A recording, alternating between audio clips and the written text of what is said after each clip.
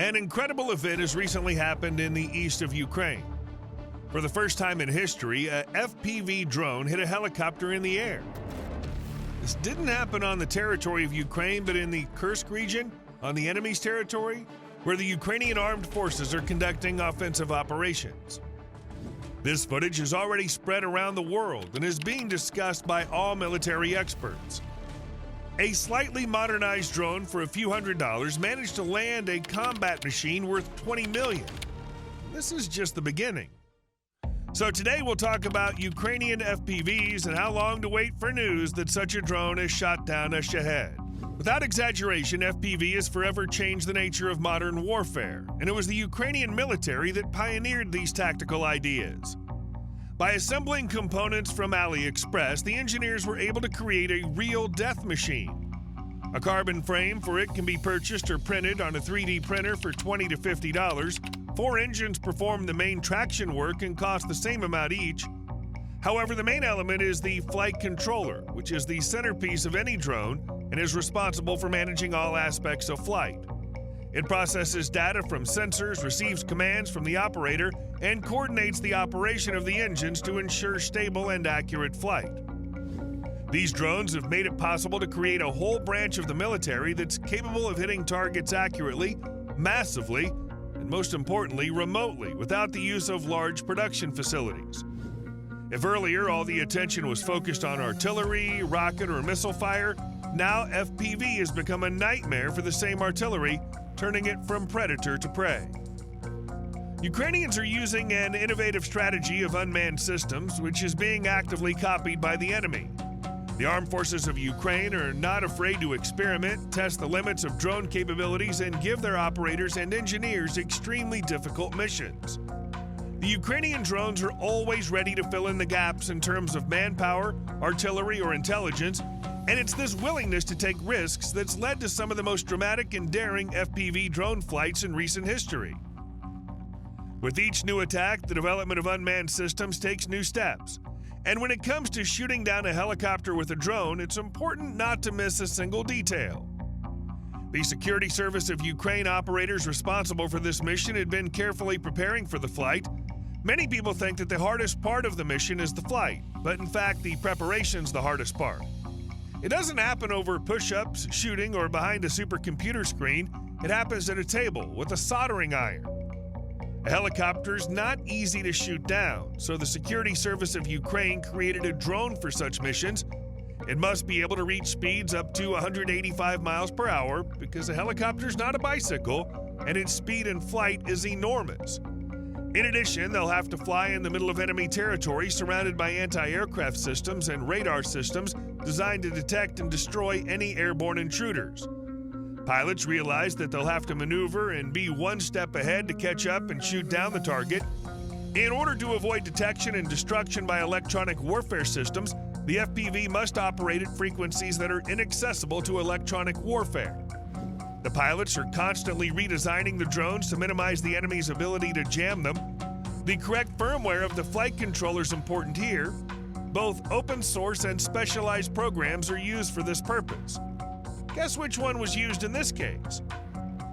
Then it's necessary to choose the right striking element and launch it in time, which is usually a TNT grenade, an RPG charge, or special homemade fragmentation bombs. It turns out to be a stealth drone with the speed of a sports car, and it remains to be used correctly. So the crew receives information about an enemy helicopter in the sky. Such a machine is extremely dangerous for ground troops, so our Super FPV is immediately deployed. There's no time for hesitation. It's necessary to find and defeat the enemy the first time.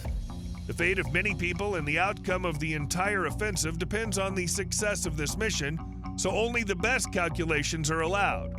The drone has to be launched from a dangerous place, but the mission is more important. Any interruption of communication between the control panel and the drone means its loss and a failed mission, so intelligence provides all possible information about the electronic warfare systems in the vicinity. The drone takes to the skies, and the concentrated operators are already looking for their target. Covering 1.5 miles a minute, the drone quickly arrives at the location where the enemy helicopter was seen. Now it all depends on skill and their speed. The hunt is on. After reaching an altitude of 2,950 feet, the crew spots a helicopter. The Mi-28 is flying at a speed of 155 miles per hour, so it'll not be easy to hit it. It's also equipped with the electronic warfare system. This system's designed to protect the helicopter from threats that could come from infrared and radar-guided missiles. But this time, these systems will be fooled by a small plastic drone that's already caught up with the helicopter and is choosing a good place to attack. The cockpit of the Mi-28 is armored and protects the crew from bullets and shells of up to 20mm caliber. However, the operators of the drone are experienced warriors and choose the wisest tactic to hit the power unit of the helicopter. The enemy pilot, unaware of anything, is already imagining the medals he'll receive for his strike on the Ukrainian military, but suddenly he feels that he's losing control of his helicopter. Having picked the perfect moment, the FPV operators guided the drone into the rear rotor, making it completely impossible to fly further. The drone stops signaling, which means only one thing: the explosives have blown the drone and its target to smithereens. The frightened crew does everything possible to save their Mi-28, but the laws of physics are against them. Without a rudder, the helicopter starts spinning and flying in different directions. We don't know the fate of the helicopter crew, but the success of the drone operators is clear. They've made history. By hitting the target the first time, they once again made the whole world talk about the ingenuity of the Ukrainian military. This mission is an important milestone in the history of unmanned systems. It's worth noting that 3 years ago, no one would have thought that unguided drones could destroy landing craft, air defense systems, or helicopters in the air. The success of the operators of the Security Service of Ukraine proves that the possibilities for drones are almost unlimited. In the future, the sphere of their application will only expand. The Russian side is trying in every possible way to deny or hide its defeat, but there's no escaping the truth.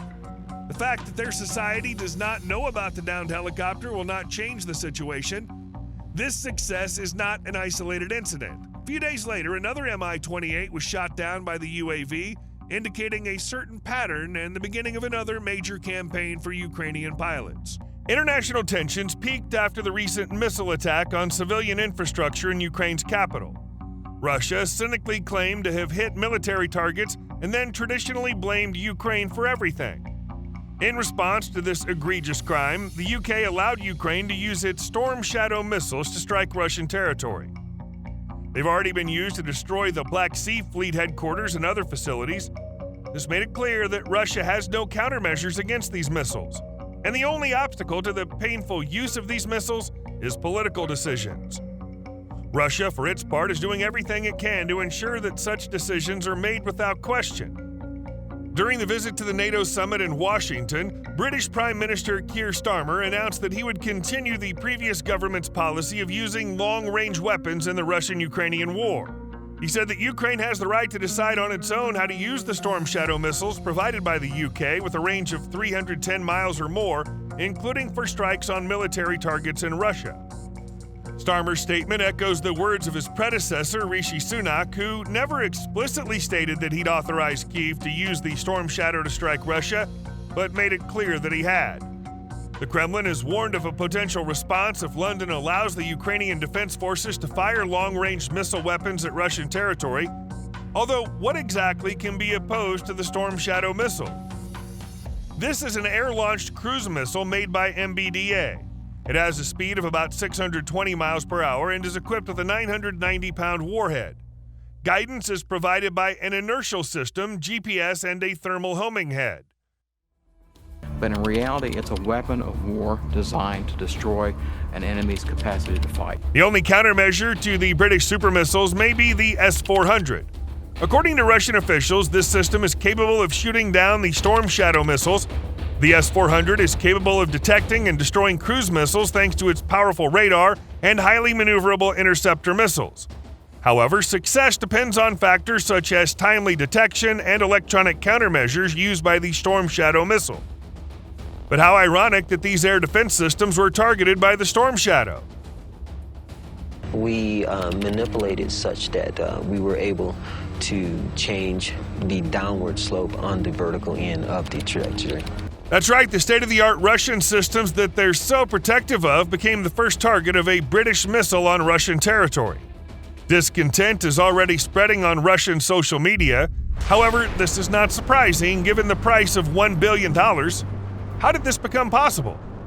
The non-export version of the Storm Shadow, which is used by the UK, has a range of up to 350 miles, which allows it to be launched far from the enemy's strike zone.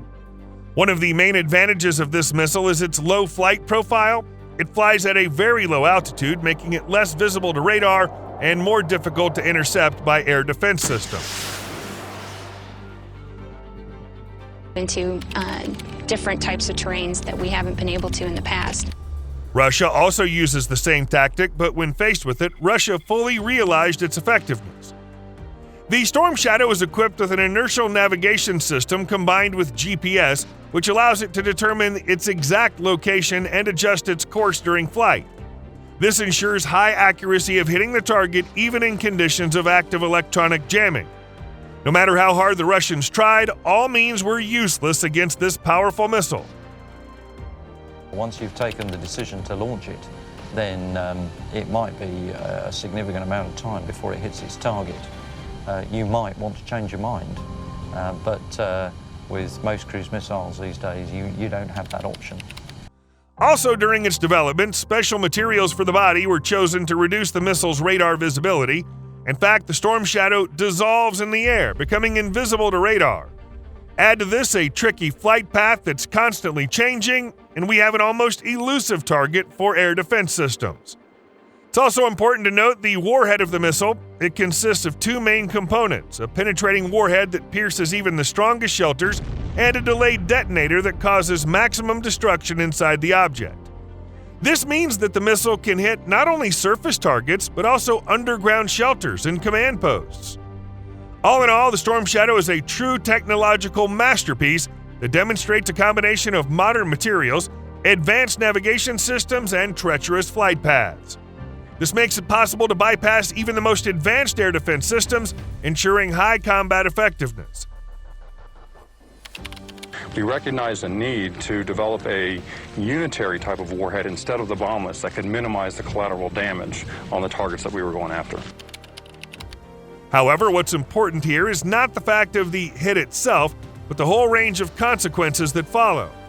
In fact, the entire Russian leadership has once again deeply embarrassed itself by frightening the world with its weapons. They once again faced a painful reality that showed them their place. That's why they are in no hurry to publicize this shameful defeat in the air. Secondly, it's worth mentioning the geopolitical component. The authorization of the use of Western weapons on Russia draws the final line between Western and European civilization and Russia, thereby outlining its position in the large-scale conflicts that are looming in the coming years. Thirdly, it can be called preparation for strikes that will be carried out in the future with the F-16. And the destruction of air defense systems fits in with these ideas. The UK's decision may also result in a long-awaited similar authorization from the US, which would allow Ukraine to end the war before the US elections, although this is a topic for a separate video. In addition to all of this, it's worth noting that Russia is actively moving missile-carrying aircraft even deeper into the rear to protect the already few carriers from destruction at border air bases. They have to fire mostly from the Caspian Sea, as there are frequent cases of missiles falling after launch, and this is the closest safe point for hundreds of miles. With the arrival of F-16s, which will be able to intercept these missiles more successfully, there's a possibility that the shelling will decrease. But this is a topic for the next videos. That's all for today. I'm waiting for your likes and comments. I'm very interested in what you think about this. Don't forget to subscribe so you don't miss our new videos, and watch other videos on our channel dedicated to aircraft. See you soon.